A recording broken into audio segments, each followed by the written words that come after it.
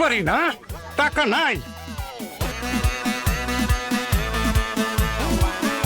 টাকা কেমন আদায় করতে হয় এটা আমি ভালো করে জানি, খরা হয় না। 50 টাকা আমার কয় টাকা গেছে?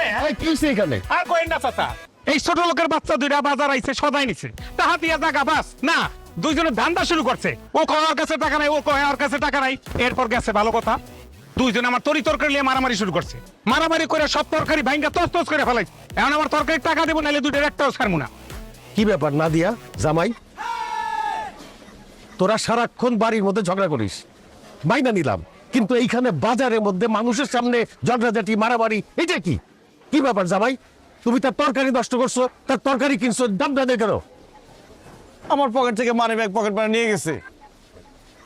আর আমি পার্স নিয়ে আসছি, কিন্তু টাকা নিয়ে আসতে ভুলে গেছি। বুইলা তো যাবি না, ভুলার তো কোনো কারণ নাই। সারাটা দিন ঘরের মধ্যে যৌথ অ্যাকাউন্ট, যৌথ কাজ, এগুলো নিয়ে ঝগড়া করিস।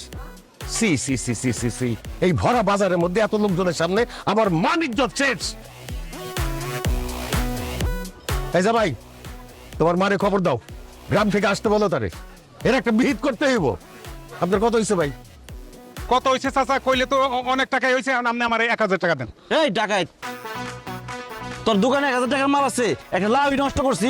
এই যাবে, চুপ থাকো। তরকারি নষ্ট করছে, আবার ঝগড়া করে।